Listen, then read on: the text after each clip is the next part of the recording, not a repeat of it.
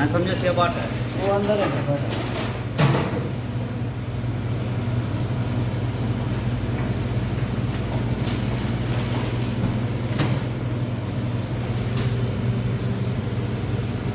ठीक है ना? और क्या चाहिए इसको? चिकन नंबर जा रहा है। 2 ट्रे ले गया भाई, 2 ट्रे ला बटर पेपर लगा के।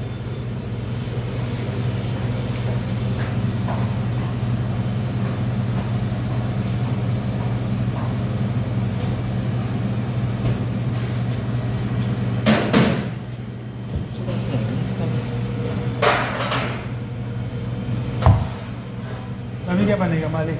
चिकन वो रेक्सा वाला से आ रहा है, रेक्सा वाले को सैंपल जाएगा। ये लोग पहले से ना सो जाते, आराम से सो जाते। हमारा ड्यूटी खत्म होता है 4 बजे, 3 बजे बोल रहा है कि अभी चिकन का सैंपल चाहिए। जो ऑलरेडी बना हुआ है वो लेके नहीं जा रहा है, और चीज़ के कमीशन है वो भी नहीं जा रहा है। होगा चीज़